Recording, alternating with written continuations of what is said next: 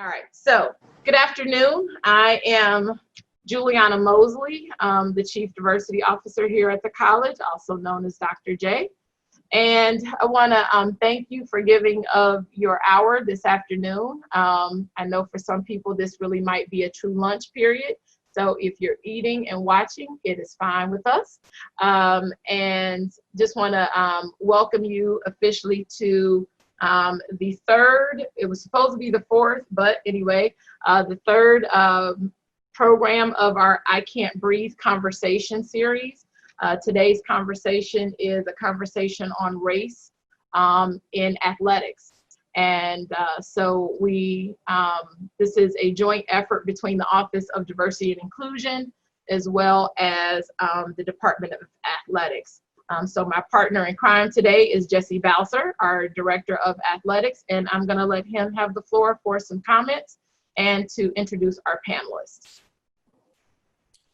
Thank you, Juliana. Welcome, everybody. Again, this is Jesse Balser, the Athletic Director. I really appreciate everyone taking the time this afternoon to kind of join this forum and listen to some of our former athletes, student athletes at Chestnut Hill College that I've invited to be part of this program. I'll introduce, starting with Brandon Williams, a member of the men's basketball program who graduated in 2012. Nick Johnson, a member of the men's lacrosse program, graduated in 2015. Ashay Owens, member of our women's tennis program, who graduated in 2016. And Jada Wildgoose, member of our women's basketball program, who graduated in 2019. First, want to thank you for joining us today and being willing to kind of talk about your experience in athletics at Chestnut Hill College. And the main reason for having this forum is so that we kind of get a better feel for athletic racism and a conversation on racism and on race in athletics, and kind of get your view of, and your perspective on things at Chestnut Hill College, because we know what kind of school we want to be. And while sometimes we feel like we're covering all bases, I think it's only right to hear exactly what things are like and where we need to do better and where we're doing well, if you will. So with that, Juliana, I'll pass it back to you so you can run your program. And again, thank you everybody for taking the time to participate. Thank you, Jesse. And again, thank you to our panelists. And so I guess we can refer to them as our alumni student athletes and for their role. Just a couple quick housekeeping things. Jesse and I made a conscious decision to use the meeting format today. And that is because we wanted to give people the chance to be seen and to actively participate with questions. When we're in webinar format, people can normally only participate in the chat room, and we thought we wanted to have a more intimate conversation. And that is also the reason why we asked for the link to not be shared. We wanted this to just be with our immediate college community, and so that's going to be the case. The way the format is going to go is that I will call on our panelists. They have kind of been prepped about sharing a story or an experience that might relate to during the time that they were here as athletes. They also, if they wanted to, could speak to something that maybe from even their high school experience. Or if they did not want to share in that personal manner, wanted to share their thoughts on kind of what's going on in our country right now and how sports is in fact playing a role in all of this. So they have a couple of different cues and ways that they might be coming to us today. For those of you who have been with us before, we have done the personal statements or testimonies and then a video. We'll do it a little different this time. The videos will actually be used as a means to generate a lot of our conversation. And so we're actually going to have our four panelists kind of back to back. I may stop for pause for a question or a comment in between, but for the most part, we're gonna let them speak. And then we'll look at a couple of video clips and hopefully have a great discussion. We do have a hard stop at 1 o'clock as some of our panelists are working and they're literally doing this on their lunch hour. And so we will need to finish right at 1 o'clock as a result of that. So without further ado, do we have someone who wants to go first? All right, Brandon. Yeah, since I was late to the party, I figured, I started off. Good afternoon, everyone. As far as a choice of time frame wise, when I got the message left by Dr. J yesterday, I figured I would probably touch on more of a high school experience. Thankfully, my experience at Chestnut Hill was pretty cool. It was a really good time, and I didn't necessarily have any, I would say necessarily racial events that stuck out to me there, which is just cool. So, but I think high school just kind of really set me on a tone that I feel like really connects as far as with this whole a Black athlete storyline. So, and as far as the high school piece, the reason I talk about it is because as an AFS graduate, Jesse Bowser is one as well.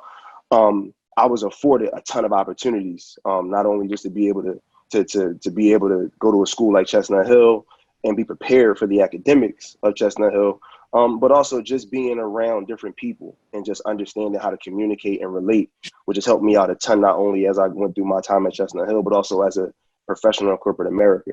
While I was there, there was a period in time that was rough for me, which is my 11th grade year when I just got there, based off of the fact that I was a new student in a school that starts at pre-K. So I came in, and obviously I'm there because I play basketball. That's pretty known. And obviously it's a school that is private. So tuition-wise, I think it was around $23,000. And when you're known that you're there to play basketball, people also know you're not paying the full tab as well. So I was fortunate to get that opportunity. I think my junior year, I might have paid $5,000. Senior year, I might have paid $3,000. So me just being a kid, I don't understand kind of those devices and kind of how those things work.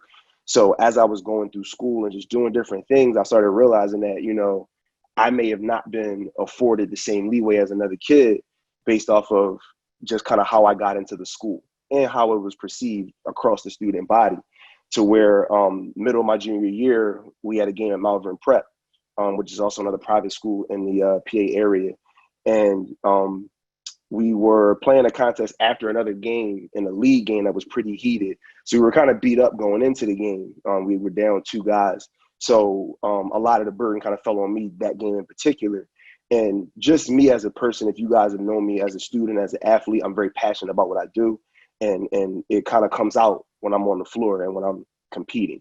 And obviously Jesse knows that at times it's not always the greatest, kind of trying to deal with me in that facet, but he also understood that it's because I want to win, and it's not coming from any other place but that. So during that game in Malvern, like I said, it probably was a little more competitive than it probably should have been based off of the personnel. And going into overtime was really, really heated. And I felt as though I was just getting, grabbed on, pulled on a lot throughout the game, and it just wasn't being called. And at one point, I drive on the baseline, and the way Malvern Gym set up, they have bleachers on the 2 sides going in the end. And then the bottom baseline has a small set of bleachers. So it was only a few guys there on that bleacher. And that was towards our away basket at the end of the game. So when a play I drove, I felt like I hand-checked again, and I lost the ball, and it ended up being like a pivotal turning point in the game where they got an and-one and they took the lead. So I was frustrated, and I began talking to the ref, I won't even say talking to him, but saying some choice words. And as I'm talking to the ref, I just hear somebody behind me say, "Why don't you shut up, you cocky nigga?" And as a player, it's one of those things that we're in today's society. I look at it and it's kind of like, well, yeah, if I was at Chestnut Hill and I'm in a league game or a conference game, I would have felt confident to say to Jesse, like, yo, listen, this just went down on the baseline. So I don't know if you need to address it or, what you feel like you need to do, but I feel like somebody should go talk to them. But at that time, I didn't feel that confident in my voice. And I didn't feel like I even really had a voice. Again, I'm at another school in Malvern Prep, which is a private school, upwards of $25,000, $30,000 a year. And, again, I just look at it kind of like I'm more so privileged to be in this predicament that I'm in. So, I kind of just ended up shrugging it off. I never told my coaches about it. I might have told a couple of the players. Thankfully, we ended up winning the game. And again, if you know me, I had some choice words for my man after the game as the clock was going down. But I would say that kind of personify a lot of my experience throughout high school, was just trying to get to the point to where I felt like I do belong in regards to just not being like, I'm not just here as an athlete, as like, you know, the token Black kid that's just here to play basketball. I had a couple run-in with teachers at AFS, you know, where I think one day I was late for a class and I was trying to find a pencil. A girl I'd usually see flirt with or whatever have you gave me a pencil, and it was one of like the lead ones. You got to get the lead to come out. It didn't work, so I kind of threw it down. I said, come on, you give me these broke pencils, kind of joking with her. A science teacher walked up and was like, yeah, I feel like you were being aggressive towards that young lady. And, you know, she was like, nah, I mean, he was just playing with me. I'm fine. He like, nah, I need you to come see me after school. And I had to go through a number of just different appointments after school to address an anger issue that was kind of non-existent. So, like I said, I feel like that was probably the best time period I can kind of share to where I really just kind of felt really weird about things. And like I said, fortunately, when I got to Chestnut Hill and just my numerous conversations with Jesse, a number of administrators, I kind of understood the voice that I had and kind of what I needed to do. And again, thankfully, it never came to that. So. Thank you so much, Brandon. I often offer this out in much sincerity. I'm sorry that you had to have that experience as a young man in high school. I'm sorry that you had to hear that very ugly word. I'm sorry that you had to be put through various sessions at your school because someone mistook a encounter as being a deficit in terms of your character. But I am so glad that as a young man today, you recognize your voice and its value and that you are using it to help other young people. So thank you so much. Jada, you can go next. Hi, everyone. I just want to share an experience. It's kind of about like the recruiting process and then a little bit of my time in Chestnut Hill.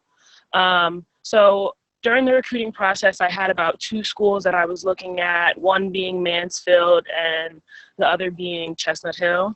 One of the things that I really looked for was diversity. And because that was something that I dealt with and had at my high school. There was a lot of different cultures, different background, and the like. My first one being at Mansfield, where I felt that the school wasn't as diverse as I wanted, and the team wasn't also as diverse as I wanted it to be. So I then went to Chestnut Hill. And when I went to Chestnut Hill, I met a group of girls and also saw the school, and it was extremely diverse, a lot of different backgrounds, a lot to learn from, and a good place for me to grow. So obviously I chose Chestnut Hill. And I think my freshman and sophomore year, you know, I think it was pretty diverse. Again, the team, a lot of different backgrounds. But I noticed that, you know, towards my junior and my senior year, a lot of the girls that were coming in, which I love, but a lot of the girls that were coming in were from the same area, same background, and it wasn't as diverse as when I first decided to come at Chestnut Hill. One thing I would say is I love the girls that I play with every year, but I do think that it took away from the experience of learning all different cultures and backgrounds. And I think that a team is a perfect setting to do that. And I think that, you know, I'm going to challenge Chestnut Hill to just continue to look at recruiting and continue to look at different people. Chestnut Hill, even with the student body, I met so many different people from different backgrounds. And I just would hate to see that during, you know, having a team, it just be different, because I feel like that is a big part of Chestnut Hill. So that is something that I want to share. Thank you so much, Jada. I know when Jesse and I first started talking about this and doing this program, we knew that we might hear some things that calls us on the carpet to do better, to be better. And I commend Jesse as the athletic director for being willing to put this program together where we might actually have to hear and to understand where we can make some improvements. And of course, I think Jesse would agree with me. We want to make sure that we are preparing students for the global market, for the most diverse and inclusive society. And so thank you for sharing your experience in an area that we can work on for improvement. We appreciate it. Ashe. Hey everyone. So as Jesse said, I play tennis, and tennis is definitely not the most diverse sport. I'm sure we can all agree on that. I know now we have, Venus Serena, but they're probably one of a handful. And that's literally the trend throughout all of tennis. So I started playing when I was 5. So that's something that I had to learn at a young age, that I would probably be one of 3. So, private schools my entire life, going to these schools and tennis camps and everything, I was literally one of 3 for everything, and college was really no different. So one thing that I noticed about Chestnut Hill is that when I went there, we weren't the most diverse with staff, with teachers. To find a little solace, you'd have, the kitchen staff, and that's about it. But there was no one, there representing us, people of color, brown folk, and that was definitely a trend through college. I was one of 2 on the women's tennis team and one of 3 total, men's and women's.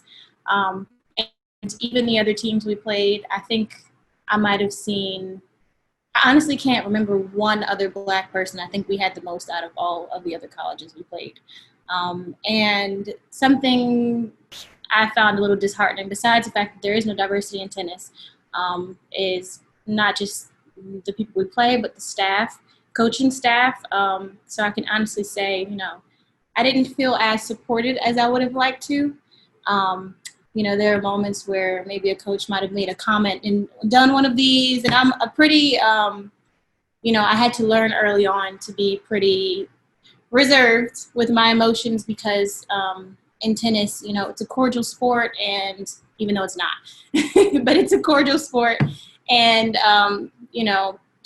Black tennis players aren't looked at the same as the other tennis players. They can have their tantrums, they can, do their cheating, they can scream at your parents, and I have to be reserved. But my mom taught me from an early age, you're already going to be looked at as other. So, we're not going to play into these stereotypes. You're not going to, you have to learn to control your emotions. And it kind of sucks as a, 12-year-old playing your first women's 16s tournament, and, a girl says she's going to jump across the net and she's going to scream at you and your bitch mother, and I have to be reserved, But I feel like being little and playing tennis kind of prepared me for college tennis, because there was no difference, The other players, the majority overseas, were definitely used to living in their privilege. And so, college tennis was a little bit of a struggle, I'm not going to lie, especially not having other teammates that, might look like you, someone you can go and talk to if you had an experience, and then not having, coaches or even teachers that look like you. So, that was my experience with tennis. I still love the sport. I did love my team, but it would be nice to see more diversity in tennis and recruiting specifically, and as well as coaching staff. Thank you so much, Ashe. Again, another point to emphasize about more diverse recruitment. I think we hear you loud and clear. Thank you for sharing your story. Mr. Nick, if you'll close us out. My name's Nick, played lacrosse at Chestnut Hill. And, I think for me, being a Black lacrosse player has something that's always kind of been labeled, on me, which, is true. I'm a Black man that plays lacrosse, but I always felt like, in the 15 years I played, that's always how, I was recognized on a field, no matter how well I played. I always felt like that's what defined me. In college, I would say my, experience was overall, well, similar to Brandon, I think, my college experience went better than, some people's definitely have. But, there always just comes, the lacrosse community isn't very diverse. So, you hear a lot of things, people say a lot of things. They might not even realize it. They might be saying it, on purpose. But, for me, it was just, like I always felt like I was an outsider. There was never a moment where I felt like, oh, this is a place where I truly belong, no matter how much I loved the sport. No matter how many years I played, no matter, the accolades I got. Specifically, I think back in high school, I was, fortunate to go to a private school. We weren't the best team, but, it gave me the opportunity to make it to college, play in different tournaments, be seen by different recruiters and things like that. And, my last year there in high school, I was the best offensive player in our league. I think I had outscored the next person by about 10 goals or so. And at the end of the year, everyone was kind of expecting me to make, first team all conference, but I only made second team. And, when you talk to people and like my coach, there's all these excuses where they're like, oh, well, we felt like your numbers were, solid, but, maybe if you played a different position, they would have been better. And, there's all these excuses, but I mean, if you're playing better than a bunch of other people and the numbers show, and then you don't get the same recognition as some of these other people, what does that kind of say? And I feel like, just the sport in general needs a lot of, improvement in the diversity area. I was happy I was able to play because, the people that did get to see me, I talked to people, other Black people, they're like, oh, you play lacrosse? Like, I always thought it was an interesting sport, but I never had the opportunity or I never knew much about it. So, I was happy to kind of get out there and, kind of show other Black people like, hey, this might be a white dominated sport, but like you can play it too. Just because of the color of your skin, it doesn't mean you can't play a sport. Like, that's ridiculous. Don't let, anyone kind of tell you what you can or cannot do based off the color of your skin. You see something you find interesting, go out there and do it to the best of your ability. The unfortunate side of that is sometimes the best of your ability in their eyes isn't good enough. It always seems like there's that glass ceiling there, kind of keeping you in place. You feel like, how hard can I work? How much better can I get? To the point where I'm finally seen as equal, but sometimes that's not the case, without having that diversity there, sometimes that equal eye won't come. So I just think, piggybacking off of Ashay's point, I would like to see more diversity in the sport, coaching, recruiting, things of all that nature. I know it's tough because it's seen as an elitist sport, the equipment isn't cheap. There's not many programs in minority areas. So, that's something as a sport as a whole that has to change. But, as far as, the school and things like that, I think, there's still plenty of great, minority lacrosse players out there that deserve a chance, to make it to the next level.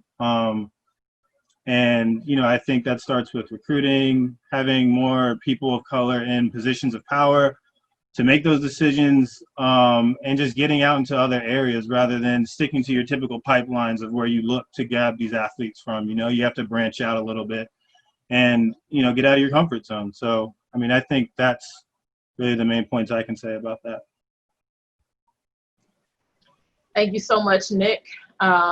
I'm sorry that, during the time that you have been an athlete, that you felt like it always came with this extra label that you had to get over. But I'm glad you're in it. I'm glad you represent. I'm glad that you are working against a stereotype of what it means to be a Black athlete in the sports that we can play. And I actually hope that for you in particular, but actually with all of you, Ashay and Jada and Brandon, that we can also hopefully lean on you all a little bit, right? You stay very closely connected to the sports world of your individual sports. Many of you have been playing since you were young. So there still might be neighborhoods, camps, things of that nature where you have personal connections. And if you can be our unofficial ambassadors and recruiters to help us to reach audiences and young people that we would not normally have access to, and put us in touch with some other pipelines, I'm sure that that would be welcomed by all of our coaching staff and by Jesse as the director of athletics. So we thank you in advance for helping us to do that. And we definitely thank you for sharing your stories on today. So having said that, as we move into this conversation, and we heard their stories, whether it was experiences from starting to play at 5, going through high school, even while they were here as students here at the college. These things are not new. And while all of these racial conversations have been going on in a very intentional way for the past 2 months, what we're talking about isn't new information. It's not a new phenomenon. Racism in America is real. Racism in sports and athletics is real.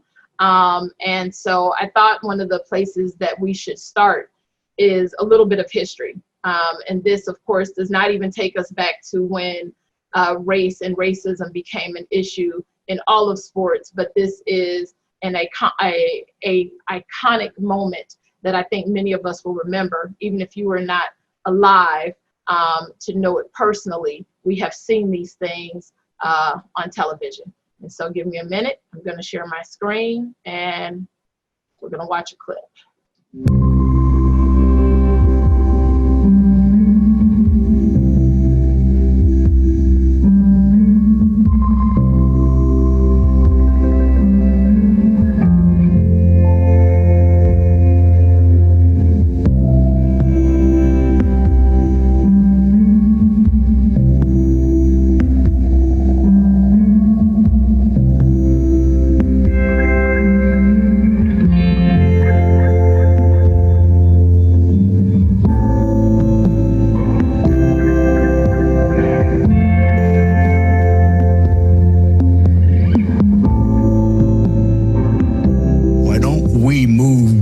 Forward so these young folks can do better than we're doing to try to create a world from blowing up. Because you saw a black fist, people associated that with power. But it was my platform. It was not a platform of hate. It was not a platform of a remorseful sin. It was a cry for freedom coming from a young 24-year-old's lips, a need to survive without war. And I left the victory stand with the thought in mind that this is like a beacon for society. When a lot of people looked at this and said, this was a black power movement. It wasn't a black power movement, but that's the way the media portrayed it as a black power movement. It was a humanitarian movement. We had a button on that said Olympic Project for Human Rights. Our whole platform was about human rights.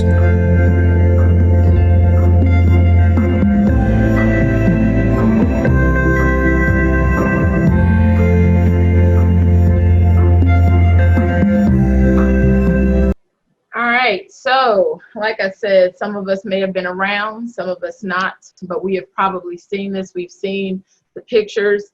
If you've had the opportunity to visit Washington, D.C. and the African American History Museum, that's part of the Smithsonian, they actually have a statue of this in the museum, and it's the power fist of these two runners.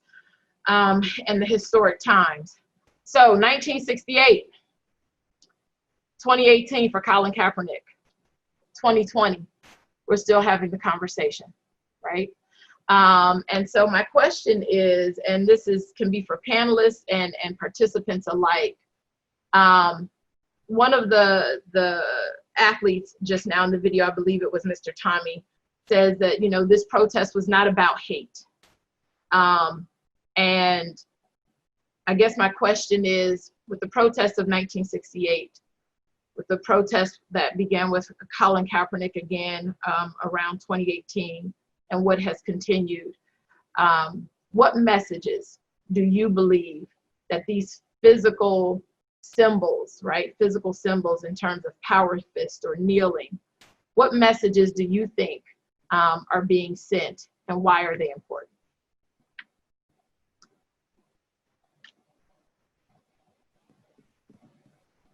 Yeah, I guess I'll start again. I think it's going to be, again, I think it's just more so, obviously there is a defiance about it, of course. They're outwardly going against something. And I think that where the problem is is really evident at is that no one takes the time to understand that before passing judgment. And I think that's where, you know, you get so much backlash, media attention, and the message just gets misconstrued. You know what I mean? Again, it's just, we can talk about it as, and that's a large scale. You can boil it down to just say, again, just as a race, when you just continuously feel misunderstood, it can be frustrating. You know, I mean, I think Ashe put it into context where, again, her emotion could be perceived differently than a counterpart who may be of a Caucasian background on a tennis court. Same players competing for the same thing, same prize, having the same emotions, but how she may act versus how her counterpart may act can just be perceived so differently.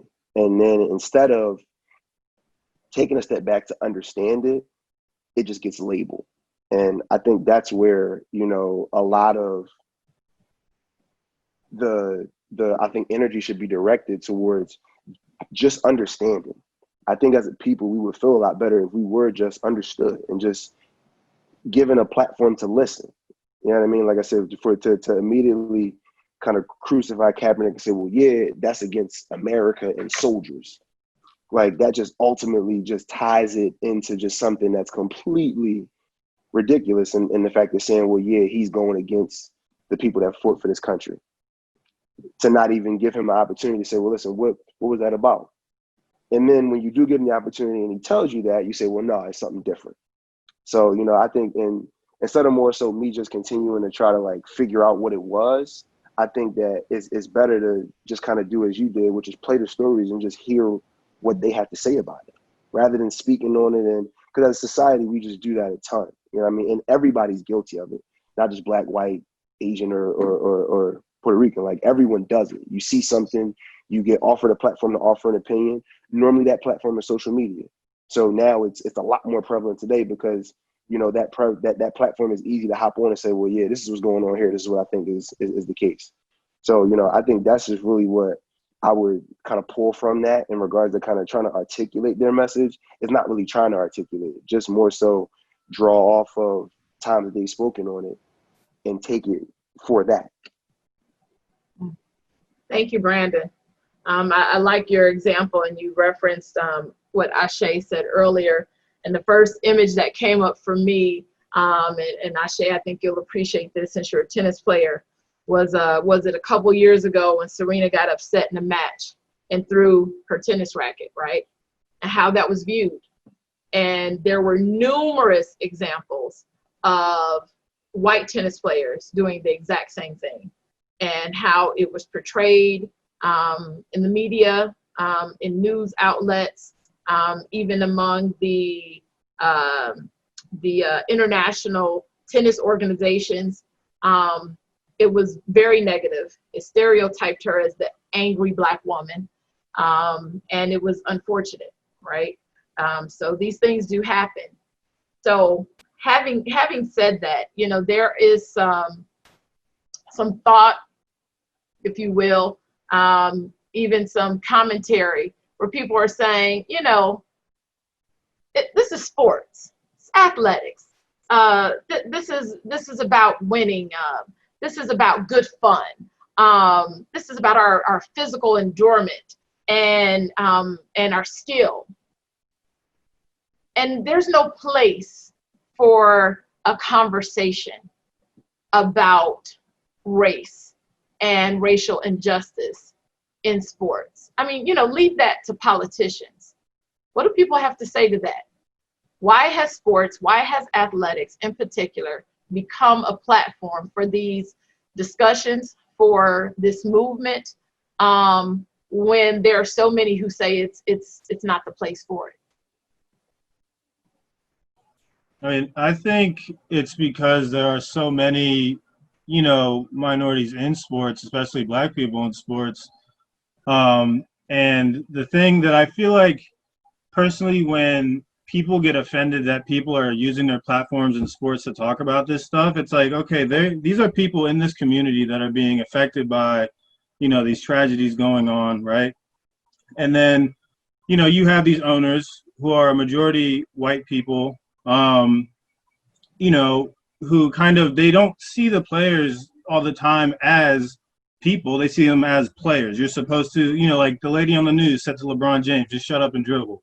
You know, like you hear it all the time. They act like just because you're an athlete, you can't be a person and deal with these issues. And it's like, that's insane because, you know, you see it time and time again, no matter how much money these people make, you know, they still get treated as second-rate citizens in a lot of situations. And, you know, I think, you know, since this is the platform they have and they know it reaches millions of people, why wouldn't you use that?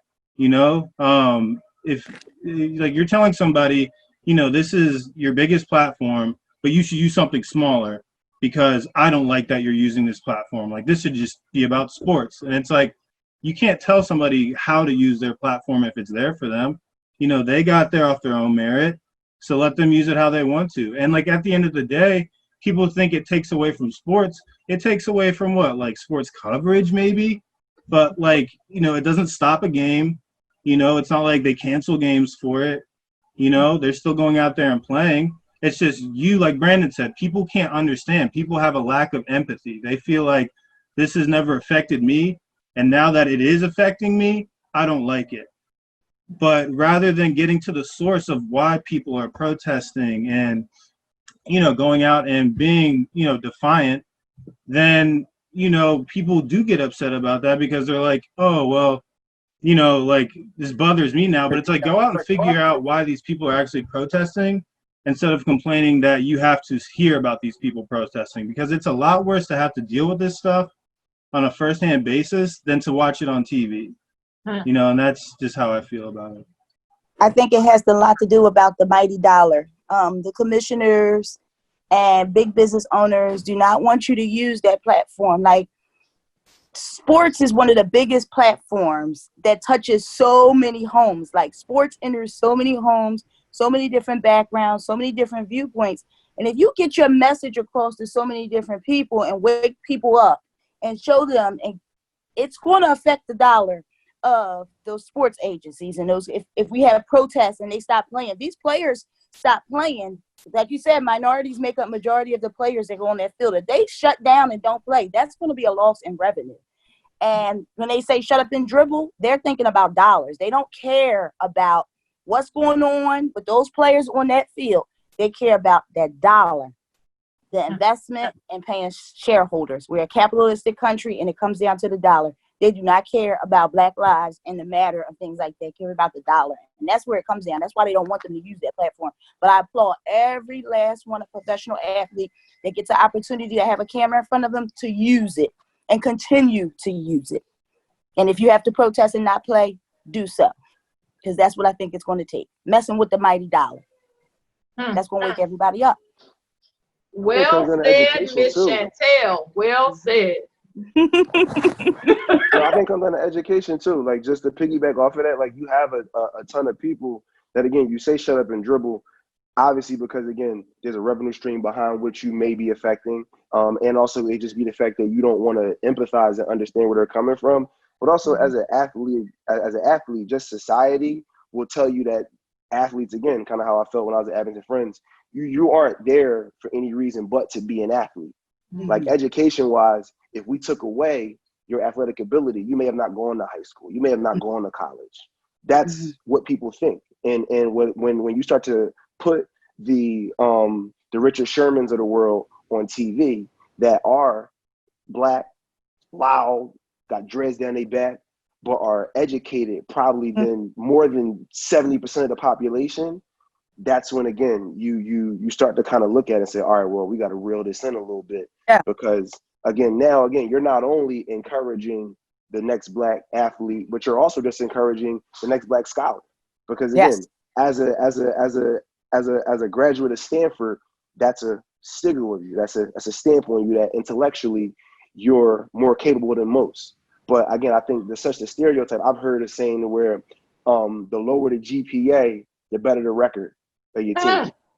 And that's something necessarily to where, like, again, most times it's probably true, unfortunately, in some spaces. You know what I mean? We talk about football teams and basketball teams. The The major market sports, if you were to step into a college program and pull everybody transcripts and things of that nature, that sometimes can line up. But again, it's not necessarily something that you should cast on every program. Correct. But I think that goes a long way when, again, people just look at athletes as athletes. Like, yeah, well, no, they couldn't necessarily have the intellectual ability. The lady that said that about LeBron James, she went over saying, well, yeah, you know, Donald Trump won an election. Donald Trump got the voice of the people. She almost ran down accolades of Donald Trump to where at the end of the day, those weren't necessarily intellectual or educational accolades. Like, he didn't win the presidential election based off of some sort of IQ that he had or some sort of intellectual device he put into place. It was a campaign. It's a popularity contest. That's what he won. But to try to then knock down LeBron James the way he's a high school athlete, never went to college, they try to cramp in your educational level and assume that, yeah, you're just an athlete. You couldn't possibly come up with a thought that actually is valid and makes sense outside of if it's only in the basketball realm. If it's not in the basketball realm, probably doesn't make much sense. But then it's, again, obviously funny where, like you said, a politician who probably may have never played a sport there in their life can now weigh in on what a athlete feels. When, again, you don't have that badge of honor to even say you have that expertise. Right. Wow. Thank you so much, Chantel. I just wanted to add to something you said. You said, you know, if the athlete stops playing, right, they protested, if they put a ban up. So, you know, I shared that video from 1968. A lot of people don't know that was the history. So the Black athletes during the Olympics in 1968 were protesting. They were not going to go to the Olympics in Mexico that year unless things were changed.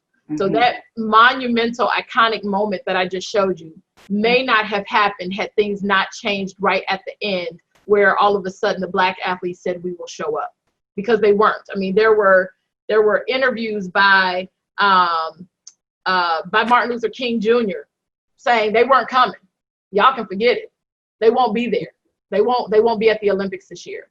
And that changed. So there's power in protest. You're right. Yes. Because at the end of the day, if they're not making that money, it's a game changer. Yes. And so Brandon mentioned LeBron James. LeBron was recently interviewed, and I'm going to share a little bit of that with you. This was about a month ago. A lot of people kind of use this analogy talking about Black Lives Matter as a movement. It's not a movement. When you're Black, it's not a movement. It's a lifestyle. we sit here and say it's a movement, and okay, how long is this movement gonna last? Don't stop the movement. No, this is a walk of life. When you wake up and you Black, that is what it is. It shouldn't be a movement. It should be a lifestyle. This is who we are, and we understand it, and we know that, you know, for one step that someone else might have to take, or for 1 yard someone else may have to take, that we know we got to take 5 more steps, and we know we got to take 10 more yards to get to the end zone. I mean, we understand that, we know that. So, but also what makes us, it's strong, makes us it's powerful, it makes us so unique and unified, is that we have so much hardships in our life, either from personal experiences or loved ones, or reading history, or seeing videos, Rodney King, or just being a part of just the communities that you're in, where you just racially profiled from the time you come out of the womb. So, it's not a movement. I don't like the word movement, because unfortunately in America and society, there ain't been no damn movement for us. There ain't been no movement. So, LeBron said it's not a movement. This is just a way of life for us. But why has it taken the recent state of affairs to get people to have this conversation?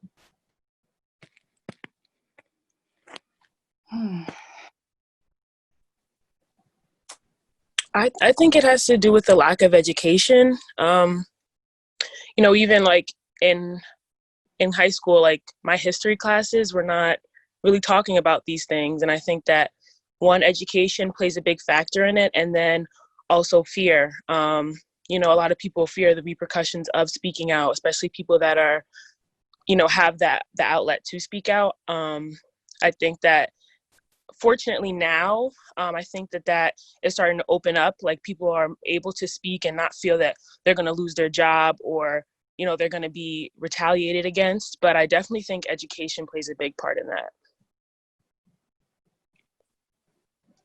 Yeah. Anyone else? I think that right now, like she said, it's a capitalistic society and dollars are definitely being affected. I think about the NFL teams who are trying to negotiate their contracts and they're like, listen, until you can meet our demands, we're not coming back, you know? And I think that there's a lot of power right now in solidarity, and a lot of people on smaller scales don't know how to help. And it's like, well, the first step is to acknowledge your privileges and your biases, and to not try to be the voice of, you know, Black people or brown people, and just trying to support, you know. So something like this is really important because it gives everyone a chance to understand how other people are feeling, because I know a lot of the times it's hard to understand someone else's feelings unless you're affected by it, and you'll probably never be affected by it. The majority of this panel will probably never be affected by anything that's being talked about right now. So it's nice to that you guys are here to actually listen and understand, because that's something that we need right now. And with all of this happening with social media and the protests, it's just bringing everything that's been happening for the entire American history to light, you know. And Jada talked about education. Like, I had a middle school teacher, another private school, I had a middle school teacher tell me, teach us about Rodney King, and said that he should have just complied and he wouldn't have gotten his butt beat. And then he went on to talk about the Confederacy. And I'm like, sir, you lost, you know, but like, there's no other nice way to put it. But, you know, education is definitely important. And having a space like this would have been very nice, you know, when we were in college, but it's nice that it's happening even now, you know. So just hopefully, you know, people will take away with this, understanding their own biases, whether it's, you know, how someone reacted on the court and wondering why, you know, you're thinking, oh, they're so angry, and not thinking that of another player, you know, because I feel like we've all had experiences like that. We've probably pretty much all had experiences like that. My catchphrase was, shh, I'm talking, because I told another player who was rude to be quiet while I was serving. You know, and I'm like, I've had other teammates who threw their rackets, who refused to shake hands, which is like a huge no-no in tennis. You know, and it never became a thing, but for the remainder of my college career, I had to hear, shh, I'm speaking, you know. I'm the angry, you know, and I'm like, I've held it in for 3.5 years now, but, you know, yeah. So this is nice to, that you guys are here listening to people's stories.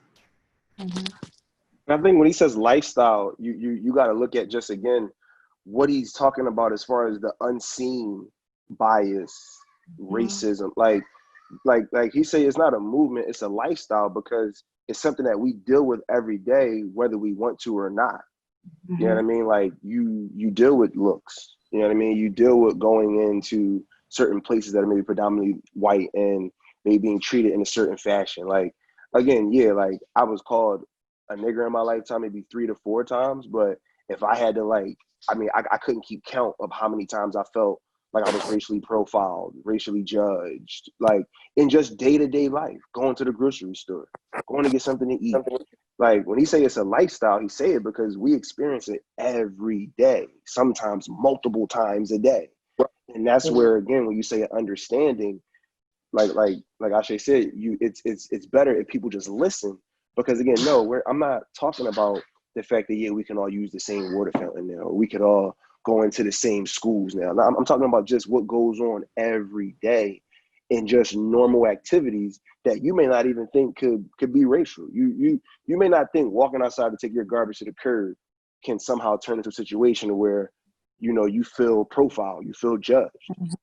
So that's why I think when he says it's a lifestyle, because really for African American people, it is a life. It's an everyday thing for us. That's right. Yeah, I think Brennan hit that on the head with, you know, because a lot of people always think that, you know, everything has to be some big outburst, flat out in your face, you know, calling you derogatory terms type of racism. But like he said, it comes in the different looks you have. You enter these communities they give you this look like, what are you doing here? Like, why are you here? You know, they get panicked, you know, they cross the other side of the street. All these people deal with, you know, all these different types of just biases and judgments. And, you know, people treat, you know, minorities and Black people this way, like, because the media has portrayed us to be some sort of, like Brandon said, some violent people, you know, Ashe, the angry Black woman, because you have emotions, you know, and your emotions get the best of everybody. But, you know, like Brandon plays a joke and throws a pencil down, but then the teacher sees him as that stereotypical violent, angry Black man. It's like, that's not fair to him, you know? But, you know, like everyone has said here, education is the biggest part. You know, recognizing, you know, your own biases and judgments. And then also understanding that racism is taught as well. You know, no one comes out of the womb, you know, racist. You know, that's not a part of your DNA. That's something that's passed down from generations. And that's why it's still a problem today. I mean, how many videos and posts can you see of people just being blatantly racist for you to really understand that this is something that is still a predominant issue today, no matter how far people think we've come? You know, I mean, you have a guy, LeBron James, who is making more money than everybody on this call, making more money, living a better life than a lot of people in the world, but still has to jump through all these hurdles and deal with all these obstacles just because of the color of his skin. You know, somebody who lives a better life than most people still can't live the life he wants to live based off the color of his skin, and that's just ridiculous. Absolutely. Wow. I totally Thank you. agree. Totally agree. For sharing that. You, Nick and Brandon, you both have spoke to, you know, expanded on what LeBron said about a lifestyle. You mentioned, you know, the look, right? That it doesn't have to be something that is said. And so again, I'm going to share my screen. I'm a huge fan of Procter & Gamble and the My Black is Beautiful series that they've been putting together. So some of you may have seen this, but I would beg to say many have not. It's been in rotation, but not as heavily as some of the other stuff they've done. So I want to share this video with you really quick.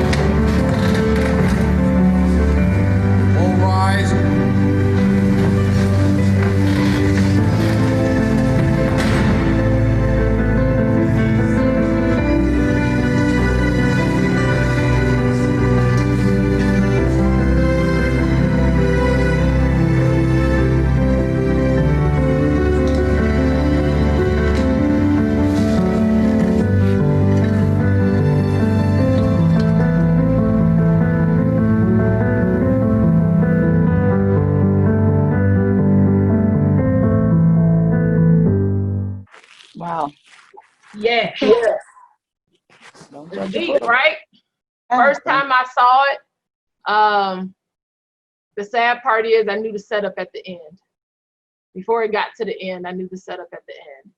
And a man that was going along his day, or all day, every day, you know, just living his life in all of these different places. And this is what I think Nick just spoke to about LeBron.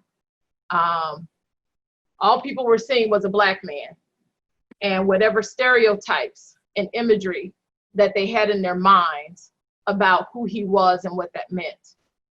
But when put in a position where he had to be respected based on position and authority, the very looks he got at that day were different. And many of us deal with this all the time. The look is real. Sometimes the look could be worse than someone saying something to you, because at least when they say something to you, it's direct. You know where it's coming from. You know what's being said. The look makes you question. The look makes you have a conversation with yourself. I jokingly got on here before we all came live in this one space and talked about, thank you for letting me into your world. I'm not an athlete, never have been. A cheerleader was as close as I got. And, but I've been a walker for the last couple of months, or few months rather. And right after Mr. Floyd was killed, I went for a walk 2 days later and I got the look. There was a white mother and father walking with their teenage daughter, and the man turned around and I got the look. And I spent the next 20 minutes having a full-on conversation with myself about what the look meant. Evaluating and gauging.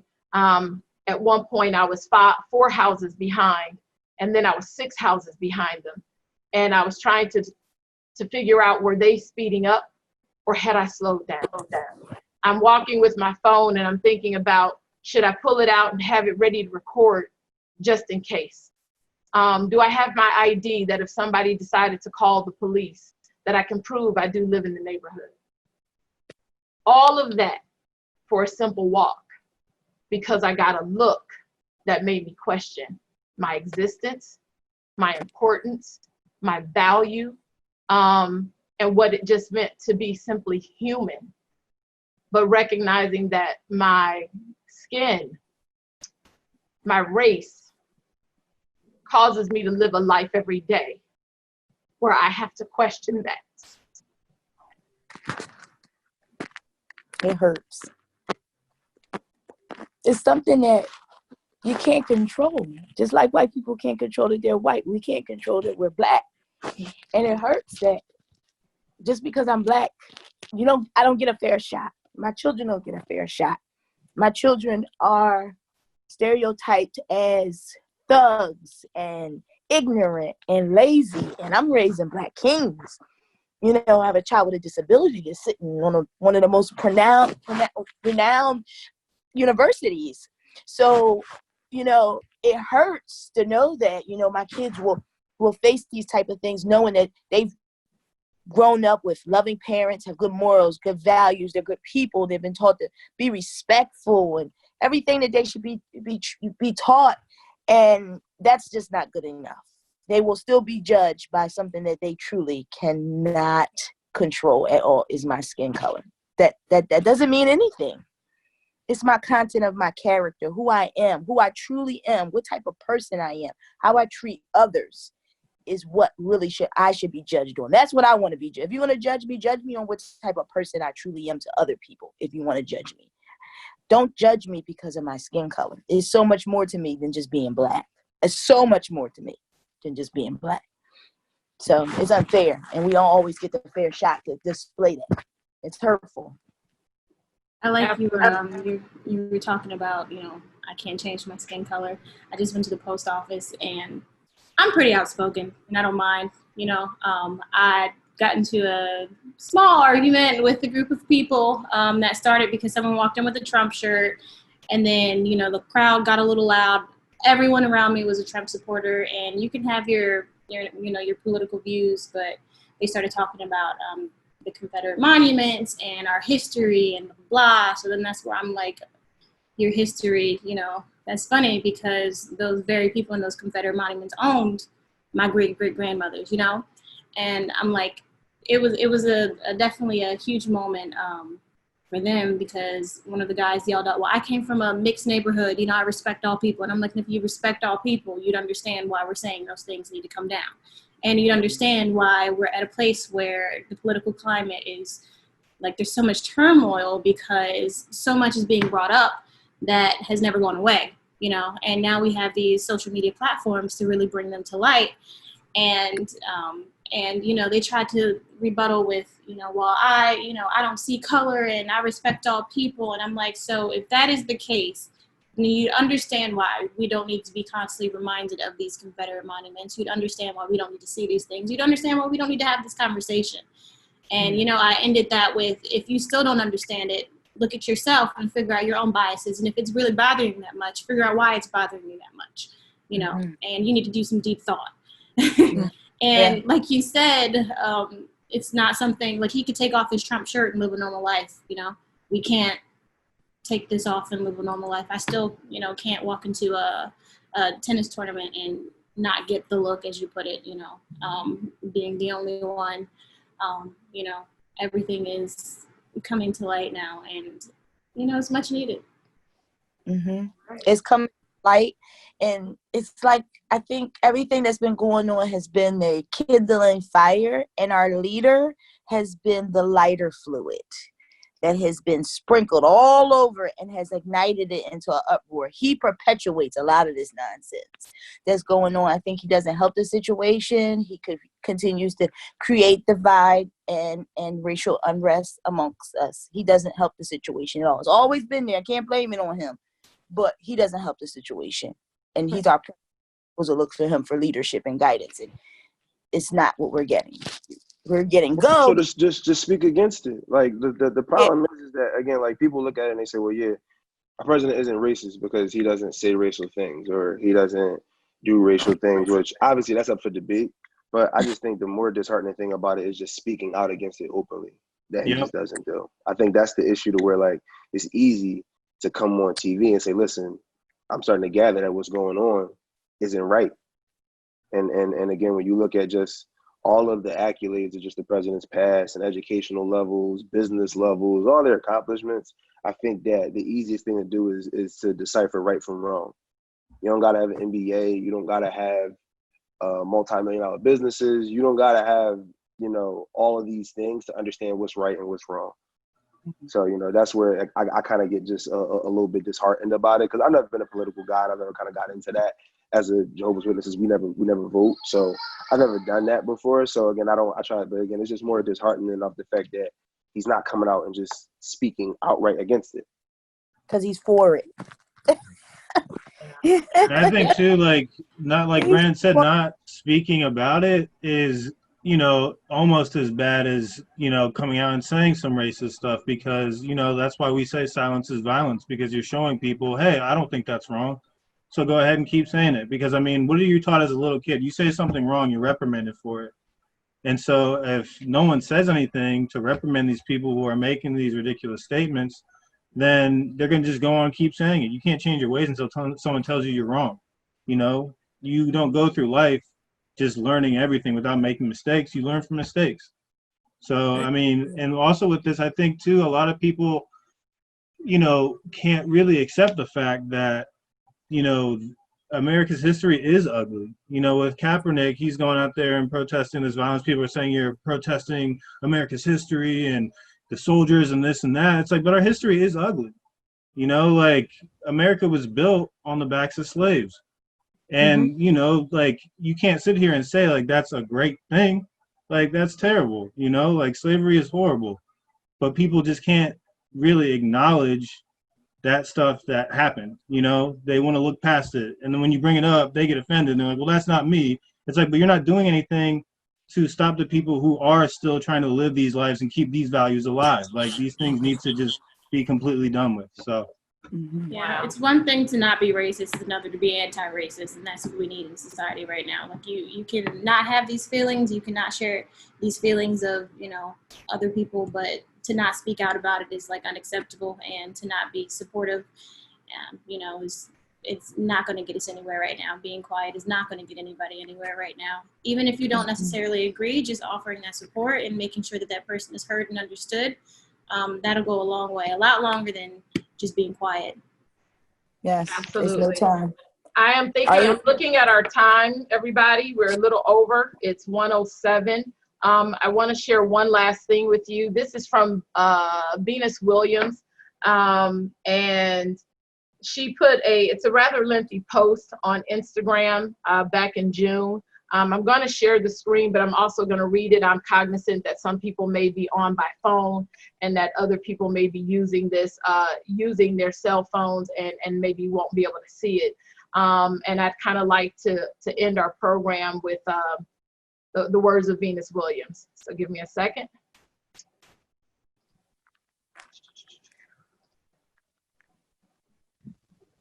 I am deeply saddened that it has taken multiple acts of police brutality to make people painfully aware of the racism that still pervades America. It shouldn't. This just scratches the surface of the hideous face of racism in America. Take a moment to imagine this. If police brutality can exist and be tolerated so many years at this scale, imagine the other insidious acts of racism that permeate in our workplace, in the justice system, in the healthcare system, in the education system. The list goes on. Speaking up about racism in the past was unpopular. It was shunned. No one believed you. Until we have walked in the shoes of an African American, it is impossible to understand the challenges you face in this country, in this world. What it is like to be unheard, thought of as foolish, silly, or reckless to believe that racism still exists at every level. This is no longer falling on deaf ears. I'm amazed at the solidarity that has erupted across the USA. It has brought me to tears. In the past, I had the honor of fighting for equal prize money for all women's players at Grand Slams in tennis. To make this even more simple to understand, just as sexism is not a woman's issue, racism is not only a Black issue. When we fought for and won equal prize money, everyone pitched in, men and women, all colors, all races, and we won. When the majority of groups stay silent, when they sit in the chair of disbelief, they unwittingly condone the oppression of marginalized groups. Those with power and privilege actually have an easier time getting heard. They must continually exercise that privilege. We must win. We cannot let systemic racism persist. We have to love one another, help one another, listen to one another, believe one another, even if we don't understand or will never walk in our neighbor's shoes. Speaking out, speak out, keep speaking out. Speak out today, tomorrow, next month, next year, each and every day until all things are equal for African Americans. I am so happy, so relieved as an African American to finally be heard. I pray for those who have lost their lives and for their families so America could finally start to wake up and act. And then she gives some suggested readings. I thought that was a good place to end. Venus said it very well.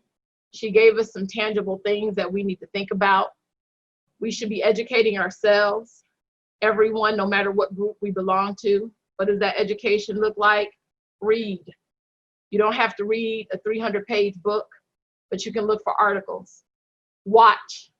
You don't have to just watch the negative things that come on television or in social media, but you can choose to watch some good documentaries, participate in some webinars. Everything is free right now because we live in a virtual world. We need to listen. Listen when you have the opportunity to be in these types of forums. Listen to your neighbors. Listen to your friends. Listen to the person that lives across the street. Listen to the person in CVS when they start to talk about their experiences. And then we need to act. Ashe said it best. We have to be anti-racist.